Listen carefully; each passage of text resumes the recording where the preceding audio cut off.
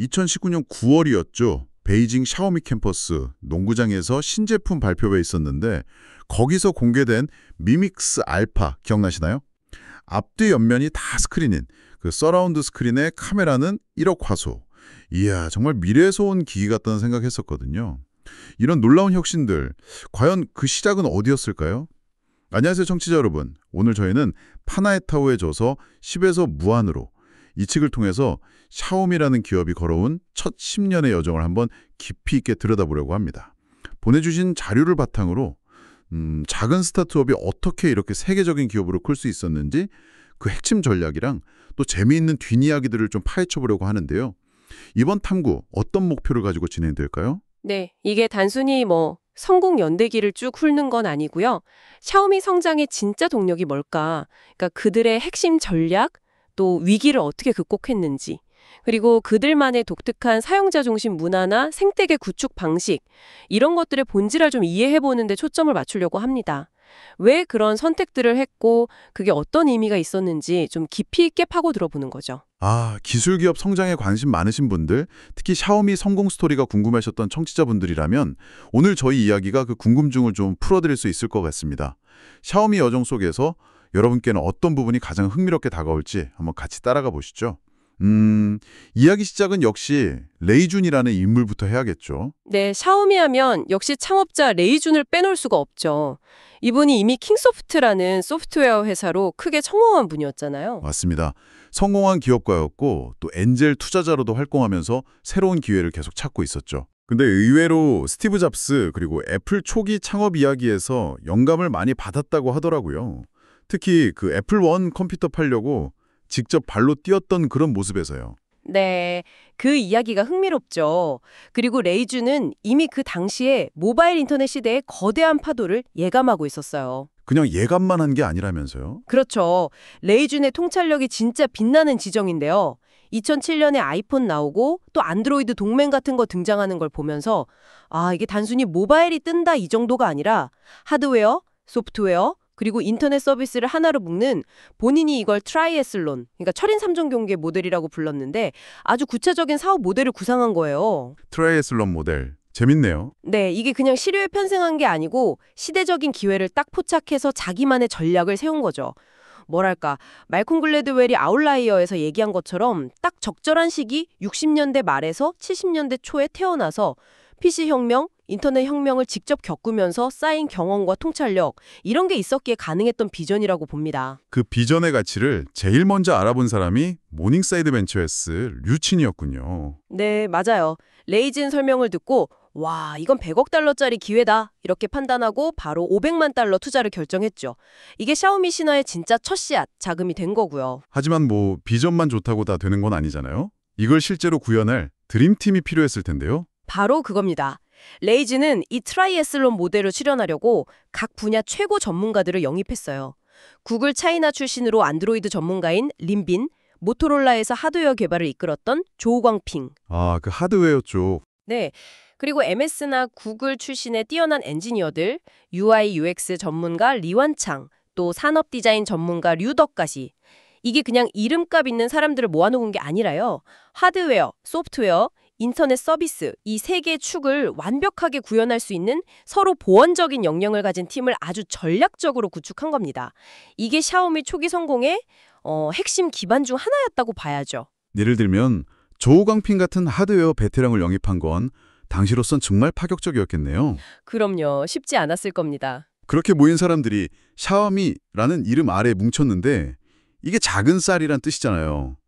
여기에도 여러 의미가 담겨 있다면서요? 네, 일단 모바일 인터넷, 그리고 불가능한 임무 미션 임퍼서벌, 약자 MI라는 뜻도 있고, 또 레이즈는 좁쌀과 부총, 샤오미자 부창이라고 아주 열악한 환경에서도 혁명을 이룬다는 그런 혁명적 낭만주의 정신도 담겨 있다고 설명했더라고요. 2010년 4월에 작은 사무실에서 좁쌀죽 나눠 먹으면서 조촐하게 시작했다는 그 장면 참 인상 깊어요. 근데 샤오미 첫 행보는 스마트폰 출시가 아니었다는 점이 흥미로운데요. 네, 그게 아주 재밌는 포인트예요. 샤오미는 제품, 그러니까 스마트폰을 바로 내놓은 게 아니라 MIUI라는 자체 안드로이드 OS를 먼저 공개했어요. OS부터요? 네, 처음에는 딱 100명의 베타 테스터랑 같이 시작해서 그 사람들 피드백을 매주 반영해서 업데이트를 내놓는 식이었죠. 이건 뭐 당시로서는 상상하기 힘든 방식이었거든요. 매주 업데이트라니. 와, 속도가 정말 사용자들하고 같이 만들어간다는 느낌이 엄청 강했겠네요. 바로 그겁니다. 이 MIUI 전략의 핵심이 바로 참여감이에요. 사용자들이 참여한다는 느낌. 하드웨어가 나오기도 전에 사용자들을 개발 과정에 깊숙이 참여시켜서 아주 강력한 팬덤이랑 커뮤니티를 먼저 만들어버린 거죠. 완전 인터넷 기업 스타일이네요. 네, 철저히 인터넷적인 사고방식이죠. 사용자 의견이 일주일 만에 제품에 반영된다. 이런 경험은 당시 어떤 기업도 주지 못했던 가치였고 이게 샤오미만의 강력한 무게가 된 겁니다. 레이준 본인도 샤오3이라는 닉네임으로 커뮤니티에서 직접 활동하면서 소통했다니까 뭐 리더부터 달랐던 거죠. 그 부팅 화면에 초기 사용자들의 이름 새겨준 일화도 유명하잖아요. 감사하라, 주님께, 뭐 이런 식으로. 맞아요. 그런 디테일들이 사용자들을 감동시켰죠. 사무실 분위기도 뭐 밤늦게까지 토론하고 협업하고 때로는 스트리트 파이터 게임하고 드라마 정주행하고 약간 기숙사 같았다고 하더라고요. 그렇게 소프트웨어에서 사용자 기반을 탄탄히 다졌지만 실제 스마트폰을 만드는 하드웨어 쪽은 정말 고생길이었다고 들었습니다. 특히 그 핵심 부품 확보가. 네. 특히 당시 최고 성능을 내려면 퀄컴의 최신 칩이 필수였는데 이 라이센스를 확보하는 과정이 정말 험난했어요. 신생 스타트업한테 퀄컴은 너무 높은 벽이었죠. 그렇죠. 문턱이 높았겠죠. 계약 조건도 엄청 까다롭고 소위 퀄컴세라고 불리는 노열티도 부담이었고요. 협상 과정에서 몇 달씩 지연되면서 하드웨어 개발팀이 아예 기본적인 작업조차 못할 뻔한 그런 위기도 있었습니다. 그럼 어떻게 해결했어요? 결국 레이준하고 린빈이 직접 미국 퀄컴 본사로 날아가서 CEO까지 만나서 설득하고 정말 극적으로 계약을 성사시켰다고 해요. 이건 샤오미한테는 사활이 걸린 문제였던 거죠. 제조업 파트너 찾는 것도 만만치 않았겠네요. 이름도 없는 스타트업 제품을 선뜻 만들어주겠다고 나서는 데가 있었을까요? 그렇죠. 그 난징에 있는 잉화다, 인벤텍 같은 경험 많은 제조사를 설득하는 과정도 쉽지 않았고요. 다른 부품 공급업체들 확보하려고 공동 창업자 뉴더가 직접 자기 예금 증명서까지 들고 다니면서 신뢰를 얻어야 했다고 하니까 정말 맨 땅의 헤딩이었네요. 낡은 차 타고 GPS도 잘 안 되는 공장 찾아다녔다는 얘기도 있고. 네. 이런 초기 어려움들이 샤오미가 공급망 관리의 중요성을 정말 뼈저리게 배우는 계기가 됐을 겁니다. 이런 우여곡절 끝에 드디어 2011년 8월 첫 스마트폰 Mi-1이 출시됩니다. 당시 최고 사양의 1999위안, 가격이 정말 파격적이었죠. 시장 반응은 어땠나요? 그야말로 폭발적이었습니다. 예약 주문만 30만 대 넘게 몰렸으니까요. 근데 여기서 또 다른 위기가 찾아와요. 또요? 이번엔 뭔가요? 바로 생산 능력 부족 때문에 생긴 극심한 공급 대란이었어요. 주문은 폭주하는데 물건을 못 만드는 거죠. 게다가 설상가상으로 태국에 큰 홍수가 나서 부품 수급에 차질이 생기고. 자연재해까지. 네. 나중에는 미4 출시 때 핵심 부품사인 윈텍이라는 회사가 갑자기 파산하면서 생산이 중단되는 일까지 있었어요. 정말 예측 불가능한 위기들이 계속 닥쳤던 거죠. 배터리 불량 문제로 담당자가 공급업체 창고 가서 막 싸우기도 했더라고요. 정말 바람잘 날 없었네요. 벤 호로위츠가 말한 하드싱, 그 고난의 연속이었군요. 이런 위기들을 어떻게 극복했을까요? 저자는 이 시기 샤오미의 모습을 안티프레질이라는 개념으로 설명하는데요. 그러니까 위기나 충격을 겪으면서 오히려 더 강해지는 속성을 보여줬다는 거예요. 위기를 통해 더 강해진다. 또 예측 불가능한 외부 충격에 대응하는 능력 자체를 키워나간 거죠.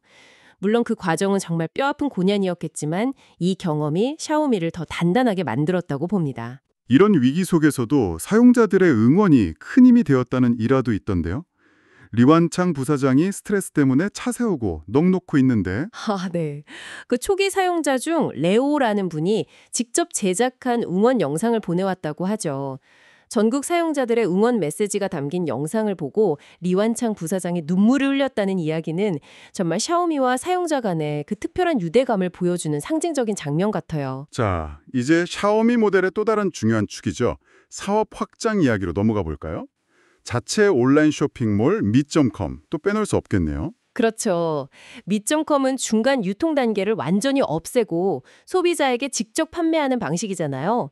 이게 샤오미의 가격 경쟁력을 유지하는 핵심이었고 동시에 사용자 데이터를 직접 확보하고 또 소통하는 중요한 채널이었습니다. 오픈 전에 콜라를 90% 할인 판매하면서 시스템 테스트했다는 얘기도 재밌더라고요. 그게 전통이 돼서 직원 복지로 콜라를 싸게 판다면서요? 네, 그런 소소한 일화들도 있죠. 아무튼 이 직접 판매 방식은 전통적인 휴대폰 유통 구조에 대한 정면 도전이었고 샤오미 트라이애슬론 모델의 아주 중요한 한 축이었어요. 스마트폰이 성공하고 나서 샤오미는 빠르게 다른 영역으로 눈을 돌립니다. 바로 생태계 전략. 이건 좀 독특한 방식이라고 들었어요. 네, 샤오미 생태계 전략의 핵심은 그냥 돈만 투자하는 게 아니에요. 잠재력 있는 하드웨어 스타트업들을 발굴해서 샤오미가 가진 디자인 철학, 품질 관리 시스템, 공급망 노하우, 그리고 미더컴이라는 강력한 유통 채널까지 전부 공유하면서 함께 성장하는 모델입니다. 같이 큰다는 거군요. 네. 심지어 샤오미 초기 멤버들이 직접 이 스타트업들의 PM 역할까지 맡으면서 아주 깊숙이 관여했어요. 뭐랄까, 샤오미라는 거대한 플랫폼 위에 수많은 회사를 이렇게 얻는 방식이라고 할 수 있죠. 첫 성공 사례가 그 유명한 보조 배터리였다면서요? 맞습니다. 쯔미 라노 회사랑 협력해서 만들었는데 당시 막 수백 위안씩 하던 보조 배터리를 69위안이라는 파격적인 가격에 내놓으면서 시장을 완전히 뒤집어 버렸죠. 아, 저도 그거 썼던 기억나요. 네, 그 이후로 공기청정기, 스마트밴드, 로봇 청소기 등등 수많은 제품들이 이 생태계 모델을 통해서 나왔습니다. 물론 초기에는 공기청정기 디자인이 발뮤다랑 비슷하다 이런 표절 논란 같은 성장통도 겪었지만요. 그쵸, 그런 논란이 있었죠. 네, 그런 과정을 통해서 샤오미는 편리한 기능, 미니멀한 디자인, 뛰어난 품질이라는 자기들만의 디자인 언어와 기준을 확립해 나갔습니다. 그리고 이 생태계 전력은 샤오미가 직접 모든 걸 다 만들지 않으면서도 영향력을 엄청나게 빠르게 확장할 수 있게 한 아주 효율적인 자산 경량화 전략이기도 해요. 국내 시장을 넘어서 이제 글로벌 진출도 본격화하는데요. 2013년에 구글 부사장이었던 휴고 바라를 영입한 건 정말 당시 IT 업계에 큰 충격이었죠. 네, 세계가 다 주목했던 영입이었습니다. 그 이후에 인도 시장 전문가인 마누 쿠마르자인을 영입해서 인도 시장 공략에 나섰는데 여기서 또 큰 암초를 만나요. 아, 인다에서요? 네, 바로 에릭슨하고 특허 소송이 붙어서 주력 모델인 미4 판매가 금지되는 사태가 벌어진 거죠. 재고 처리하려고 막 전 세계 돌면서 헐값에 팔아야 했다고 하더라고요. 특허 문제가 발목을 잡았군요. 그렇죠. 이 사건은 샤오미한테 특허 문제의 심각성을 아주 뼈저리게 느끼게 해줬고 이후에 퀄컴 차이나 회장 출신인 왕샹을 영입해서 이 특허 문제를 전담하게 하는 중요한 계기가 됩니다. 글로벌 확장이 마냥 잔밋빛은 아니었네요. 각 시장마다 다른 전략이 필요했을 것 같습니다. 그렇습니다. 특허 문제 말고도 현지 문화나 시장 상황에 맞는 제품을 내놓는 거, 또 유통망을 어떻게 구축할 건지 해결해야 할 과제가 정말 많았죠.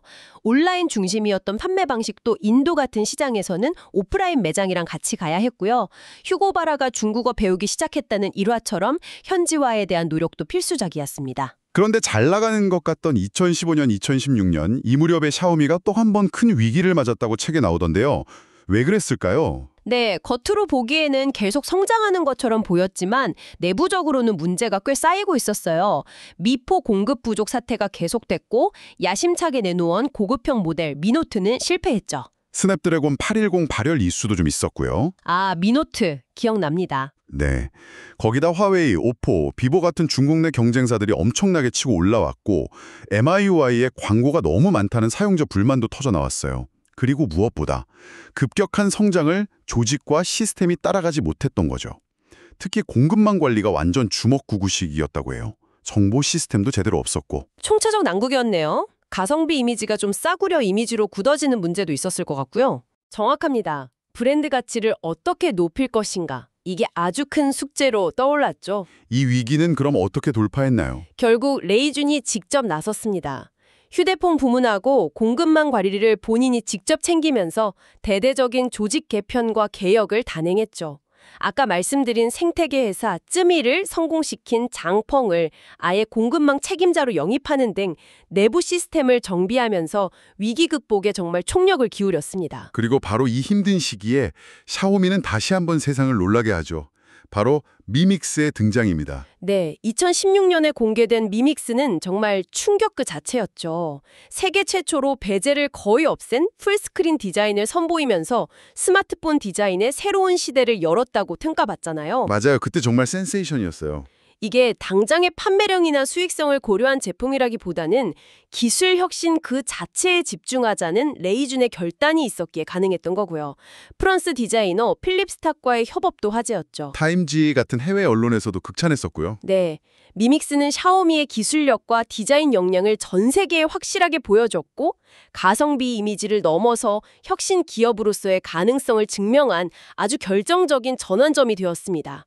침체됐던 분위기를 완전히 반전시켰죠. 미믹스로 분위기 반전에 성공한 샤오미는 또 다른 변화를 시도합니다. 온라인 중심에서 벗어나서 오프라인 매장, 샤오미 제자, 쇼미 제자를 공격적으로 늘리기 시작했죠. 맞습니다. 온라인 판매의 효율성만으로는 한계가 있다는 걸 깨달은 거죠. 소비자들이 직접 제품을 만져보고 브랜드를 경험할 수 있는 오프라인 공간의 중요성을 인지한 겁니다.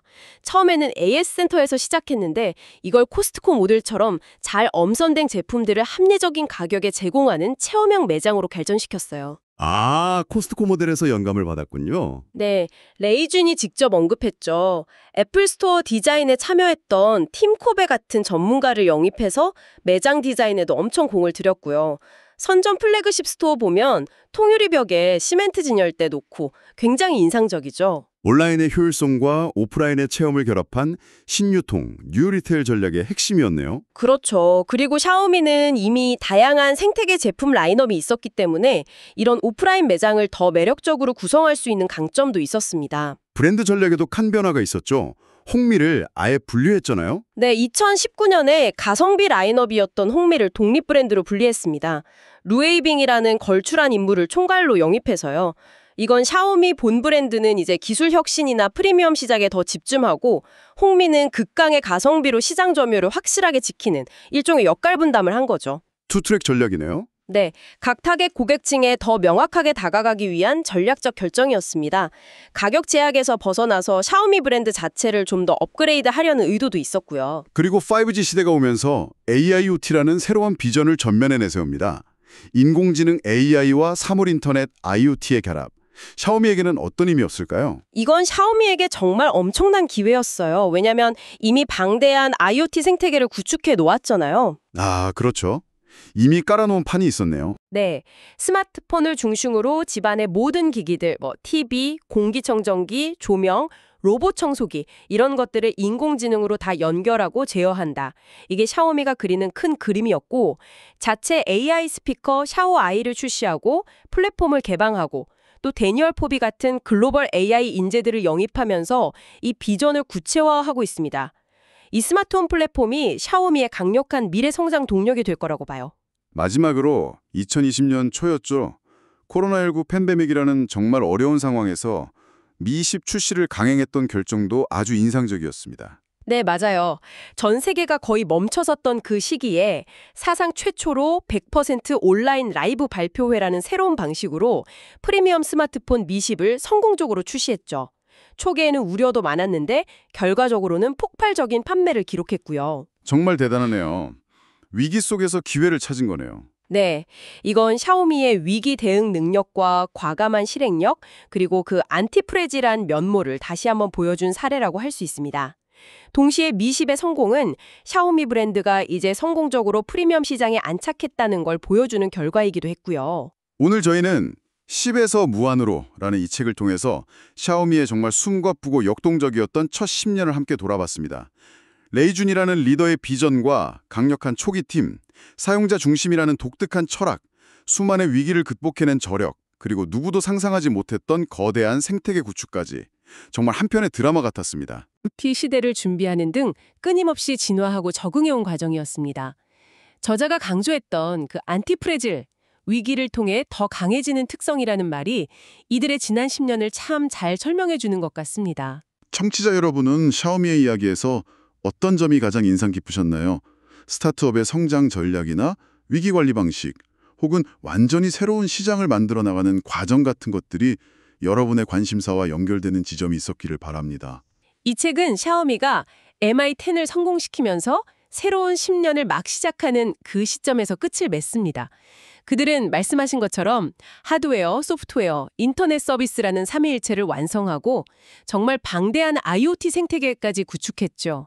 엄청난 성과입니다. 하지만 기술 환경은 AI, 전기차 등으로 또다시 격변하고 있잖아요. 샤오미가 다가올 10년에 이런 불확실성 속에서 길을 찾고 더 성장하기 위해서 그들의 DNA 중에 어떤 핵심적인 요소를 계속 지켜나가야 하고 또 어떤 부분은 과감하게 변화시켜야 할까요? 이 질문을 청취자 여러분께 한번 남겨보면서 오늘 샤오미에 대한 깊이 있는 이야기는 여기서 마무리할까 합니다.